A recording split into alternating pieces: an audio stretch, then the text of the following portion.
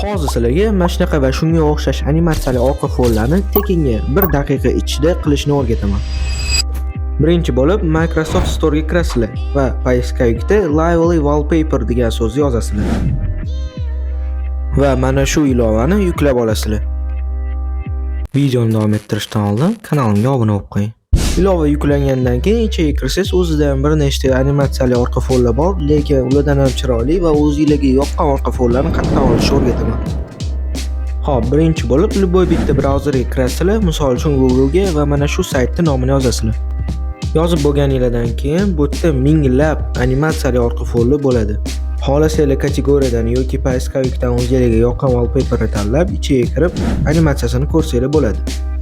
Tanlab bo'lgandan so'ng o'ng tomondagi yashil tugmani bosasizlar. Faylimiz o'rnatib bo'lingandan so'ng ilovada plus belgisini bosasizlar va o'rnatilgan faylni tashlaysizlar.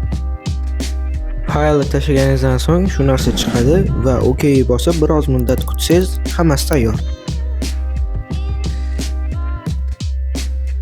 Mana orqa fonimiz ham tayyor bo'ldi. Agar bu ma'lumot siz uchun qiziq bo'lgan bo'lsa, kanalimga obuna bo'lib, like tugmasini bosib qo'ying.